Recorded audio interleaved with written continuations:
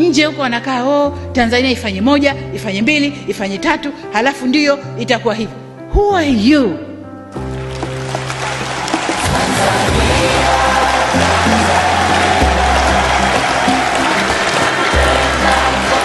Niwaulize ndugu zangu, niwaulize, kwao hayatokei? Kwao hayatokei? Tumenyanyua sauti sisi kusema ya kwao. Wanadhania bado wao ni masters wetu, ni wakoloni kwetu. Kitu gani? Ni fedha chache wanayotugaia, ni fedha chache wanayotugaia, na fedha yenyewe sasa hivi haipo. Tunafanya biashara, wao wapate na sisi tupate, ndipo tunaposimamia. Sisi ni Tanzania.